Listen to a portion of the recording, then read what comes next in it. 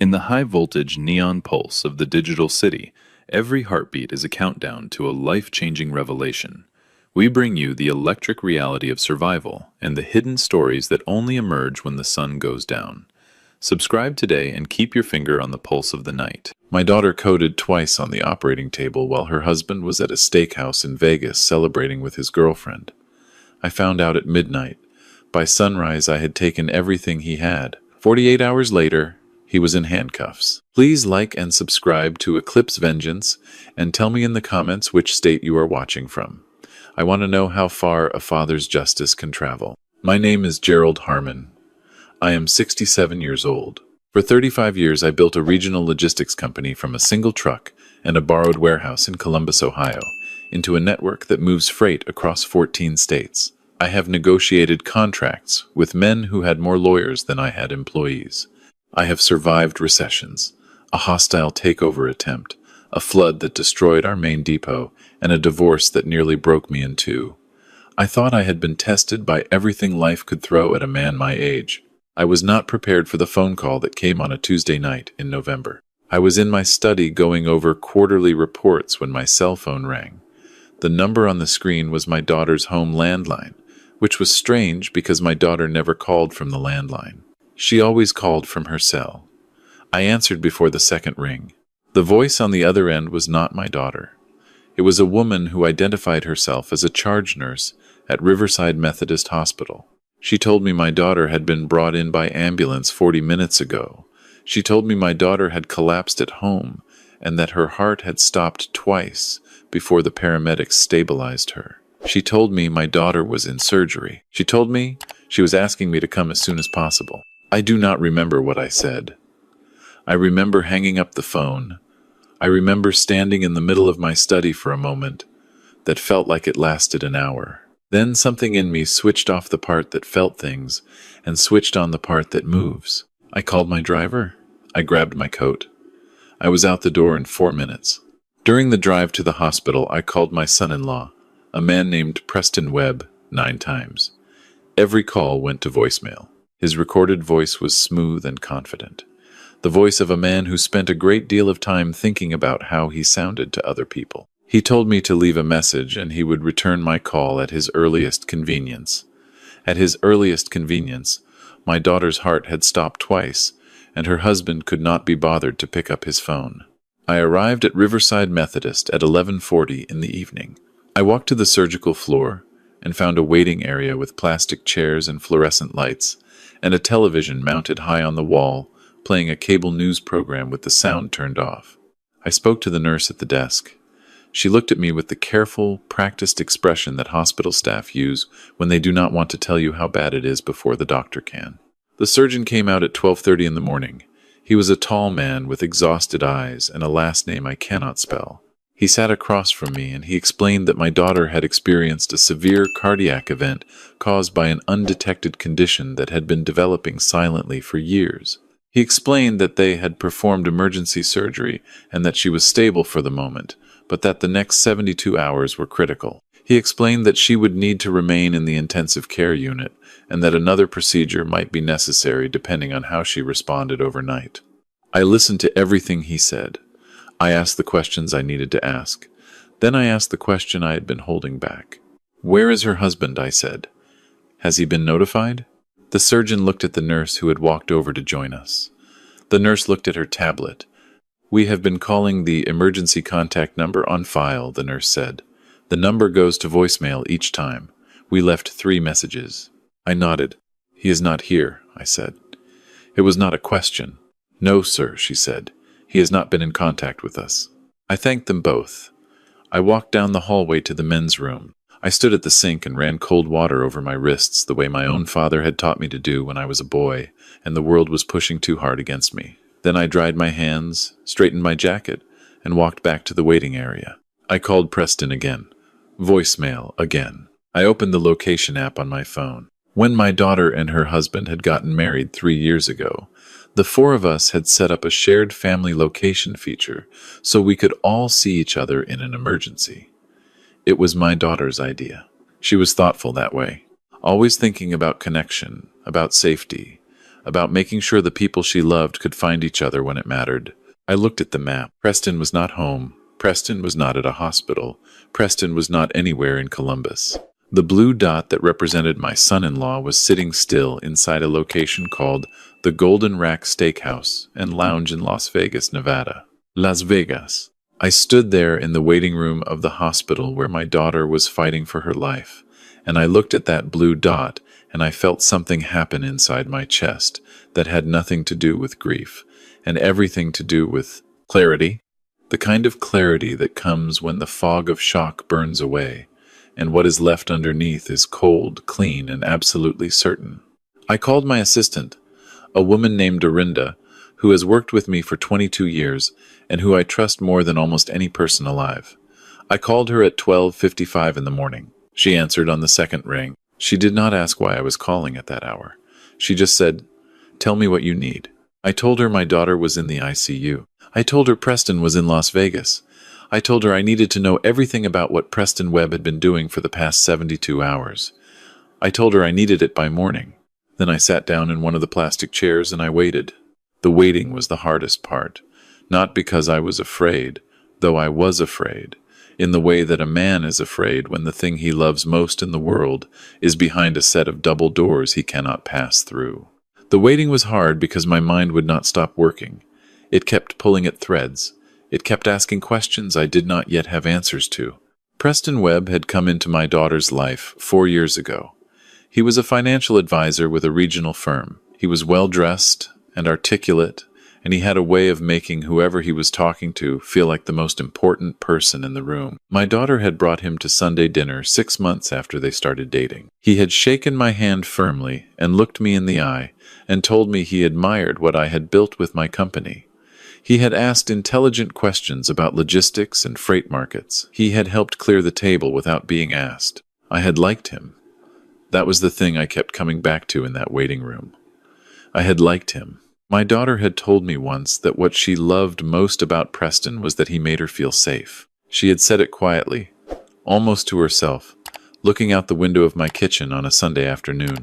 She had been through a difficult period in her late 20s, some hard years I will not go into here, and when she said that word, safe, I had felt a relief so profound it was almost physical. I had thought, this man is good for her. I had thought, she chose well.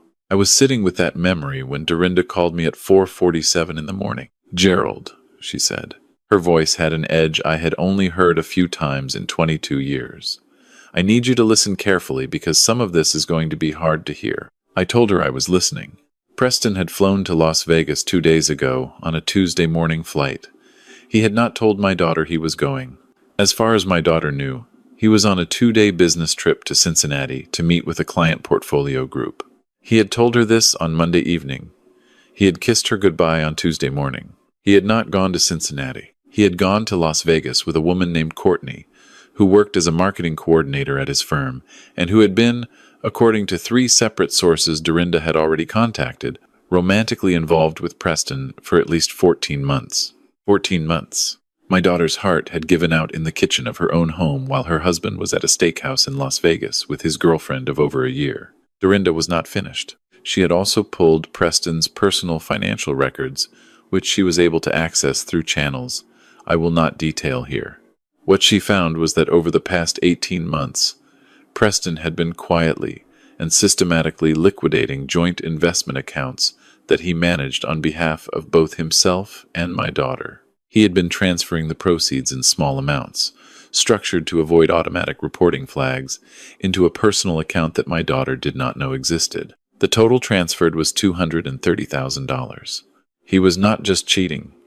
He was stealing from her. He was building an exit. Dorinda paused, then said the last part. "Gerald," she said, 6 weeks ago, Preston updated his life insurance beneficiary on the policy your daughter took out when they married. He removed himself as her beneficiary and added a trust. The trust's primary beneficiary is Courtney. I sat with that for a long moment. "Say that again," I said. She said it again. He had not updated his own policy.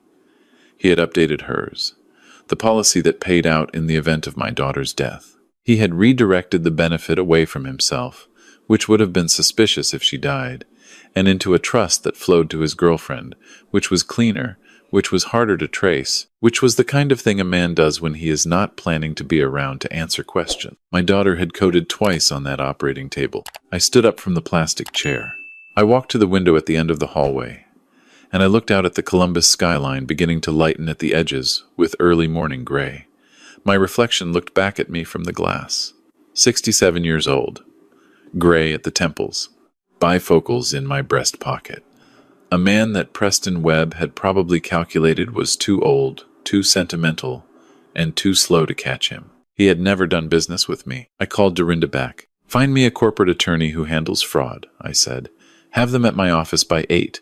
Pull every financial document connected to Preston Webb that you can legally access and some that require creativity. Contact our forensic accountant and tell him I need him available all day. And Dorinda," I said, "find out who Preston Webb's firm reports to and whether they have a compliance officer." "I will have it all before 8, she said. "Good," I said. "One more thing. Book me the earliest flight to Las Vegas." She paused. "Gerald," she said gently, "your daughter." "I know," I said. "I will be back before she comes out of the ICU. I need Preston to be in front of me before he finds out she survived." There was a brief silence. "Understood?" she said. I went back to the nurse's station and I spoke to the charge nurse and I told her that I needed to step away for several hours on a matter of critical urgency and that I needed her personal assurance that someone would call me the moment there was any change in my daughter's condition in either direction. She gave me her direct number. I put it in my phone under the name Do Not Miss. Then I went to my daughter's room, which they allowed me to enter for 5 minutes. And I stood at the foot of her bed. She looked small.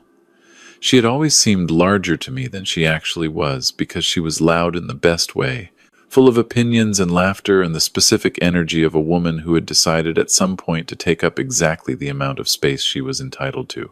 Lying there in the hospital bed with the monitors tracing the work of her repaired heart, she looked like the little girl who used to fall asleep in the back seat of my truck on long drives home from her grandmother's house. "I am going to fix this," I said quietly.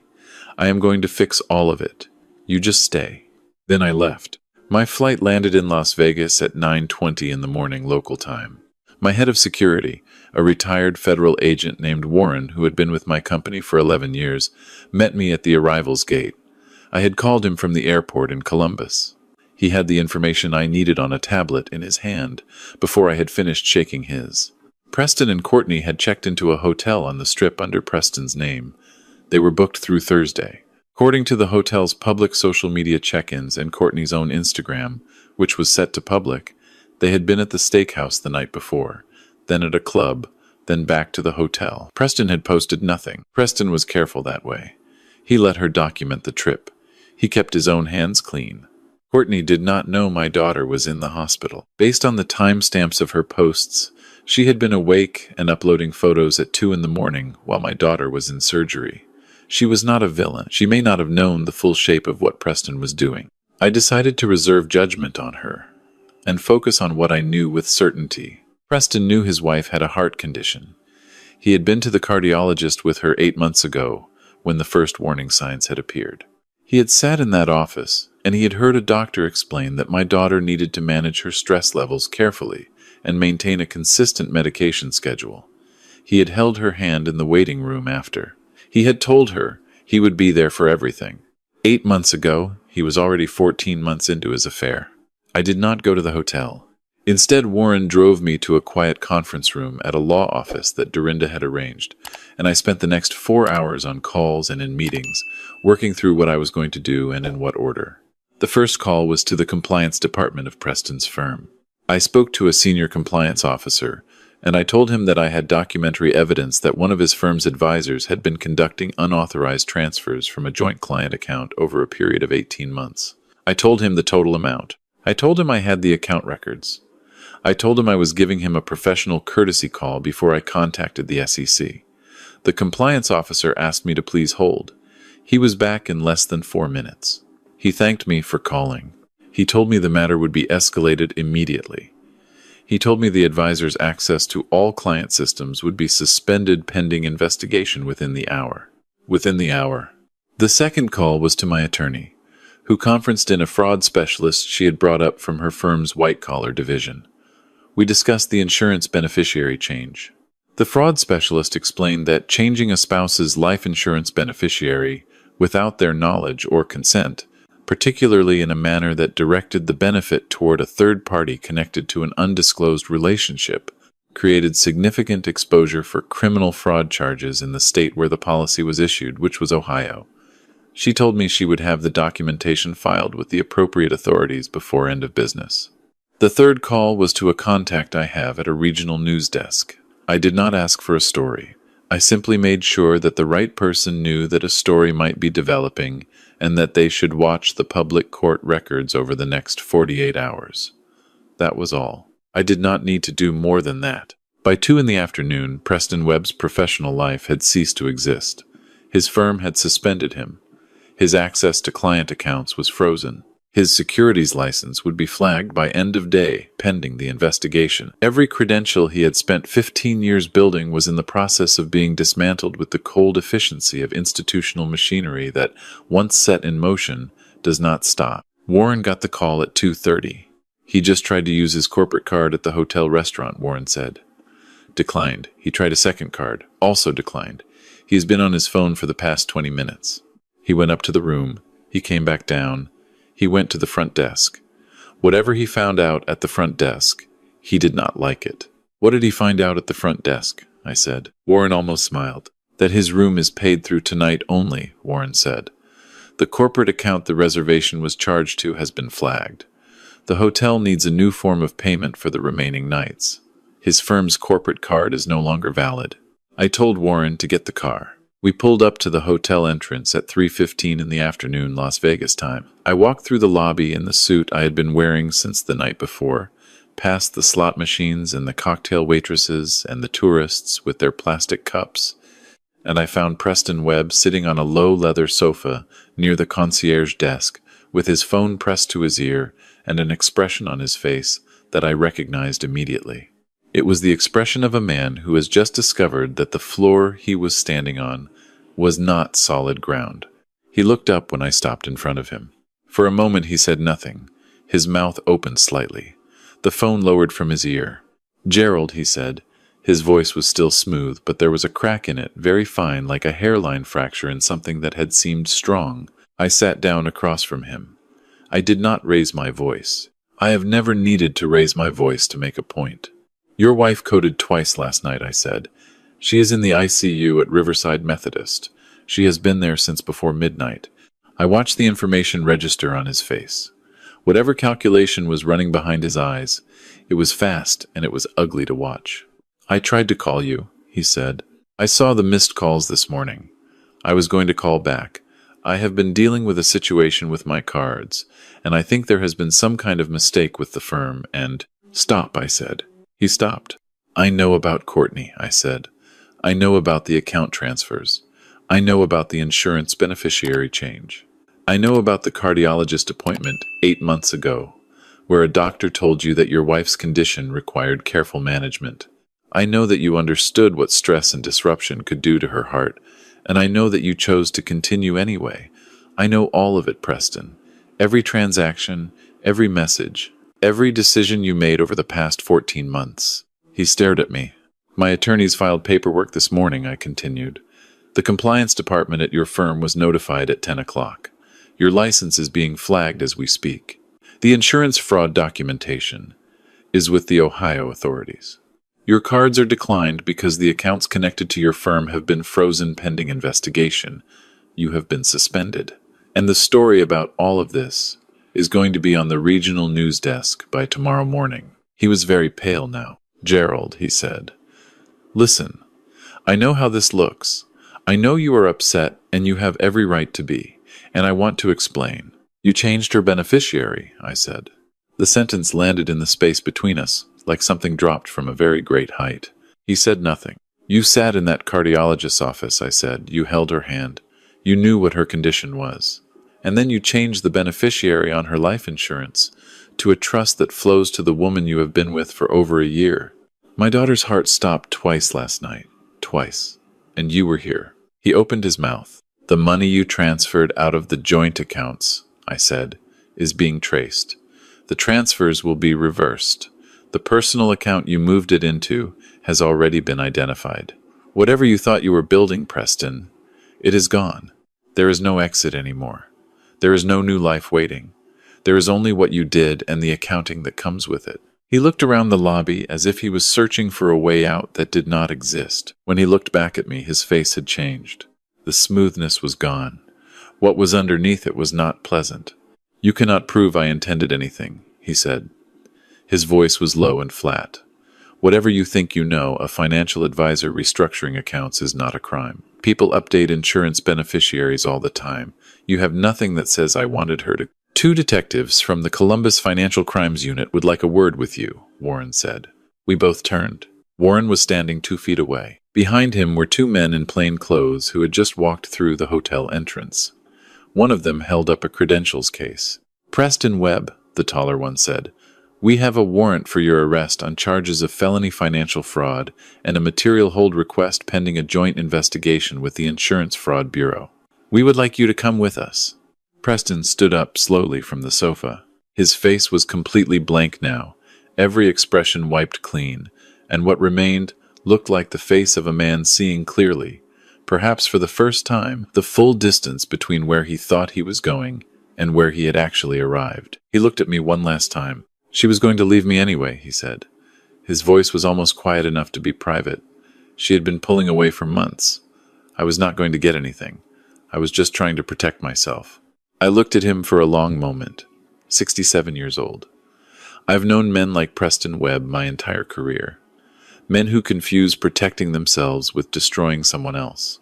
Men who are so focused on their own accounting that they forget there are other people in the ledger.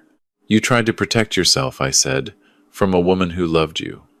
And in doing that, you became something I do not have a word for that is polite enough to say in public. The detectives moved him toward the door. He did not resist. He walked between them across the lobby with the same careful posture he always had, shoulders back, chin level, still performing even now, and then the glass doors closed behind him and he was gone. I sat back down on the sofa. Warren sat next to me. We did not speak for a while. My phone rang. It was the charge nurse at Riverside Methodist. I answered before she finished the first syllable. Mr. Harmon, she said. Your daughter is awake. She is asking for you. I was at the airport within the hour. I was back in Columbus by midnight. I walked into my daughter's room at 12:40 in the morning, exactly 24 hours after I had first stood at the foot of her bed and made her a promise. She was propped up slightly against the pillows. She looked tired in the way that people look tired when they have been somewhere very far away and come back. But her eyes were open and they were sharp, and when she saw me come through the door, she reached out her hand. I sat down beside her and I took it. Dad, she said. Her voice was rough. What happened? Where is Preston? I held her hand and I looked at my daughter, and I thought about how to begin. I had spent 35 years making hard calls. I had delivered bad news to partners and employees and clients more times than I could count. I knew how to give people information they did not want in a way that did not destroy them. I told her, not all of it at once. Not every detail, but the shape of it, the affair, the accounts, the insurance, what I had done, where Preston was now. She listened without interrupting. That was something she had always done, even as a little girl. She listened to the whole thing before she responded. When I finished, she was quiet for a moment. She looked at the ceiling, then she looked at me. The beneficiary, she said. She had caught the detail that mattered. Yes, I said. She was quiet again. I want you to know something, she said finally. She turned her head to look at me directly. I knew something was wrong. I did not know what. But I knew. I felt it. About 6 months ago, I felt it. And I told myself I was imagining things. I told myself I was being anxious. I told myself he was under stress. I know, I said. She shook her head slowly. Not angry. Something more like the expression people have when they recognize a mistake they could not have prevented but still wish they had. Why didn't I trust myself? She said. Because he was good at making you feel like you couldn't, I said. That is not your failure, that is his. She looked at me for a long time. You flew to Las Vegas, she said. I did, I said. Of course you did, she said. And something happened then that I had not expected. She laughed.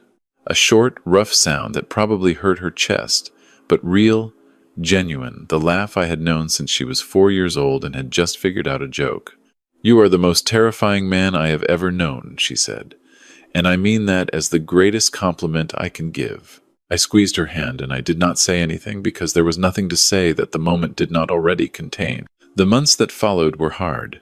They are always hard, the time after something like this, the practical and the emotional running alongside each other, both demanding attention, neither willing to wait. My daughter spent 3 weeks in the hospital and 2 months in supervised recovery. The second procedure the surgeon had mentioned turned out to be necessary. She came through it. Preston's case moved through the system. The financial fraud charges were solid. The insurance beneficiary issue, in combination with the forensic accounting that traced every transfer, created a picture that the prosecutors described to me as unusually complete. Courtney cooperated with investigators. She had not known about the beneficiary change. She had believed the money Preston was spending on their trips had come from legitimate bonuses. When she understood the full picture, she retained her own attorney and provided a detailed account of everything Preston had told her over 14 months. It was, as these things often are, a great deal more ordinary than the damage it caused. He had told her his marriage was effectively over. He had told her it was a matter of time. He had told her he was taking care of things.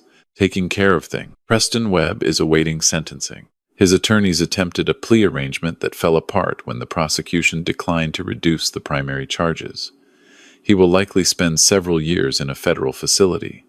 His securities license is permanently revoked. Everything he had built in 15 years of professional life no longer exists. My daughter moved into a house 12 minutes from mine in the spring. She is building something new.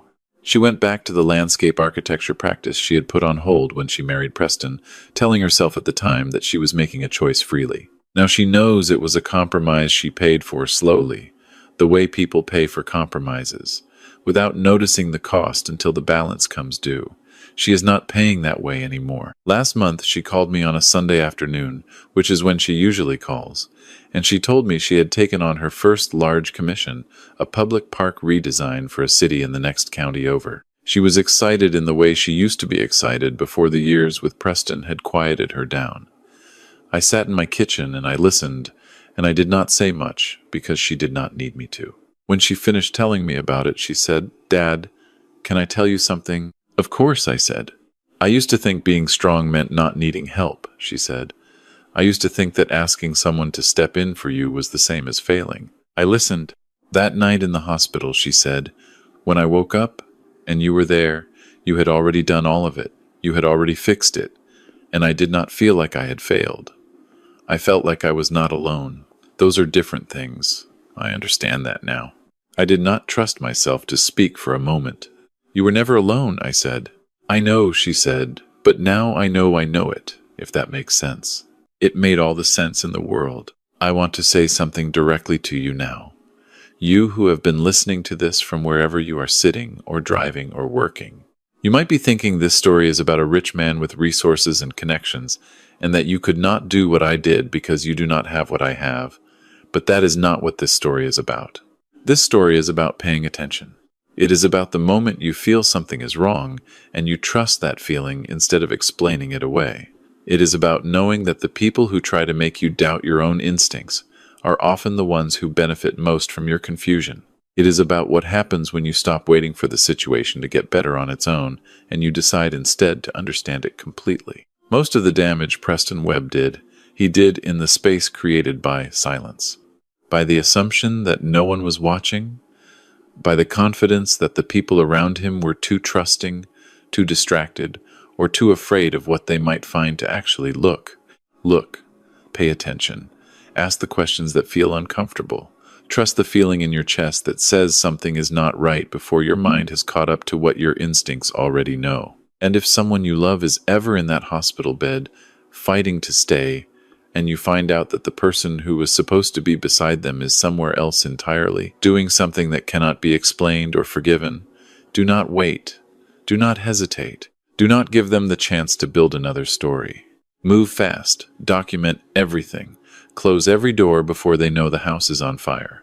This is Gerald Harmon. If this story meant something to you today, if it reminded you to look more carefully at the people around you and trust yourself when something does not feel right, hit that like button and subscribe to Eclipse Vengeance. Share this with someone who needs to hear it.